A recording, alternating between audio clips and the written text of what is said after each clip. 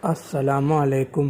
غزوہ تبوک، یہ واقعہ سورہ توبہ آیت نمبر 38 تا 117، صحیح بخاری کتاب المغازی حدیث نمبر 4418، سیرت ابن ہشام اور البدایہ والنہایہ میں مذکور ہے۔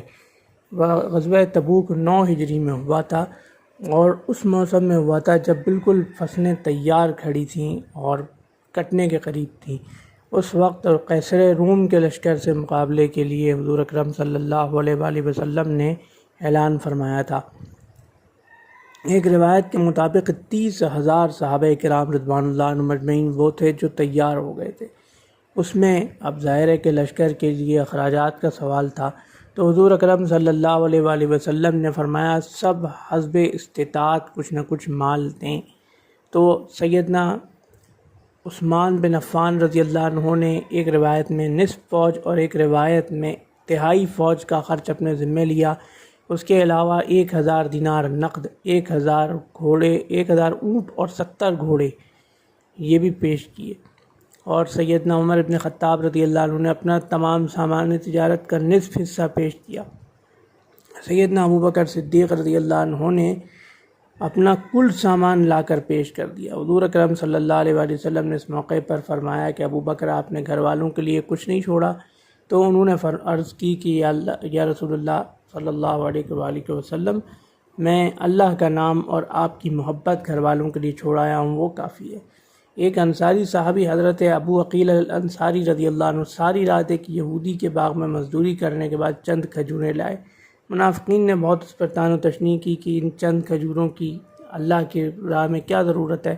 حضور اکرم صلی اللہ علیہ وآلہ وسلم نے ان کے خلوص کی قدر کرتے ہوئے فرمایا کہ جتنی بھی کھجوریں ہیں سارے امدادی سامان کے اوپر بکھیر دی جائیں، جتنا بھی اللہ تعالیٰ نے جس کو مال دیا، جس نے بھی پیش کیا، اس سب کے اوپر یہ کھجوریں بکھیر دی جائیں۔ اس کے بعد پھر ایک صحابی تھے حضرت عبد الرحمن ابن عوف رضی اللہ عنہ، بڑا مشہور صحابی ہیں۔ انہوں نے 8000 دینار اپنا منافع تجارت اکٹھا کیا، تو اس میں سے 4000 دینار پیش کیے۔ اس پر بھی منافقین نے باتیں بنائیں کہ اتنے سارا مال دے دیا۔ ایک حضرت عاصم رضی اللہ عنہ صحابی تھے، ان کے پاس وہ کھیتی سے ان کو 8 سیر جو ملے تھے، کھیتی میں ان کے 8 سیر جو فصل اگی تھی، اس میں سے 4 سیر انہوں نے ہدیہ کیا۔ اس پر بھی منافقین نے باتیں بنائیں کہ یہ چند سیر جو کس کام آئیں گے۔ بہرحال یہ غزوہ جب تیاریاں مکمل ہو گئیں، احتیاط جمع یعنی وہ جمع ہو گیا، خرچہ جمع ہو گیا، سب ہو گیا، تو لشکر تیار ہوا۔ اس لشکر میں 3 صحابہ کرام رضوان اللہ عنہم اجمعین ایسے بھی تھے جو باوجود استطاعت کے شریک نہیں ہوئے تھے۔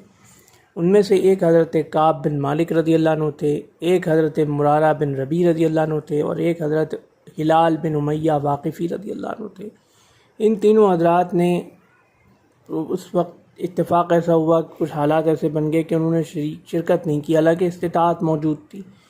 جب غزوہ مکمل ہو گیا، وہ واپس تشریف لے آئے، حضور اکرم صلی اللہ علیہ وآلہ وسلم بھی، صحابہ کرام بھی، تو ان تینوں حضرات نے سچ سچ بتا دیا کہ حضور یہ فلاں یہ وجہ تھی اور اس وجہ سے ہم شریک نہیں ہو سکے، یعنی کوئی معذوری نہیں تھی ہمیں۔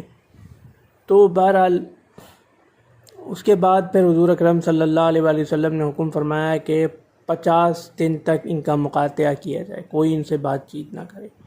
40 دن گزرے تو اس کے بعد ان کی ازواج کو بھی ان سے علیحدگی اختیار کرنے کا حکم دے دیا گیا۔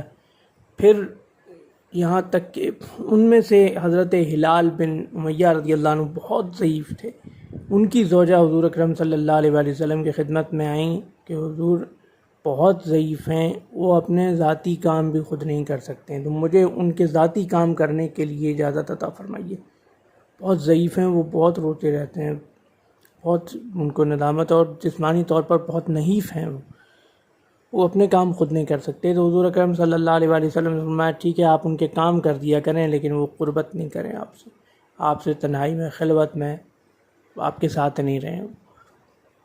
انہوں نے عرض کی حضور وہ اس کیفیت میں ہی نہیں ہے۔ تو بہرحال اس کے بعد حضرت کعب رضی اللہ عنہ اس معاملے میں سب سے زیادہ مشکل میں تھے، کیونکہ وہ کیونکہ حضرت مرارہ اور حضرت ہلال رضی اللہ عنہ دونوں ہی بڑی عمر کے تھے۔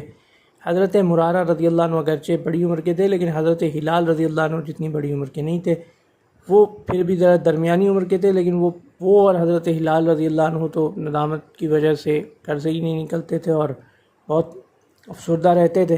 حضرت کعب رضی اللہ عنہ فرماتے تھے میں تو جوان تھا، اس لیے میں ایسے بیٹھ نہیں سکتا تھا، تو میں بازاروں میں جاتا، میں دیکھتا لوگ مجھ سے بات چیت نہیں کرتے۔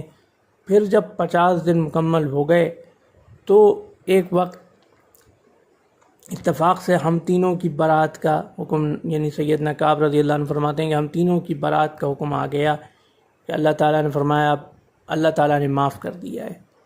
تینوں کا معاملہ جو ملتوی کر دیے گئے تھے 50 دن کے لیے، وہ ان تینوں کو اللہ تعالیٰ نے معاف فرما دیا ہے۔ یہ خوشخبری ایک صاحب لے کر آئے۔ حضرت کعب رضی اللہ عنہ فرماتے ہیں میں اپنے مکان کی چھت پر تھا، وہ جیسے ہی ایک صاحب لے کر آئے تو میں جلدی سے نیچے پہنچا اور میں نے اپنا وہ لباس جو میں نے پہنا ہوا تھا وہ انہیں دے دیا، اور خود میں نے کسی سے ادھار لے کر لباس پہنا اور مسجد کی طرف چلا۔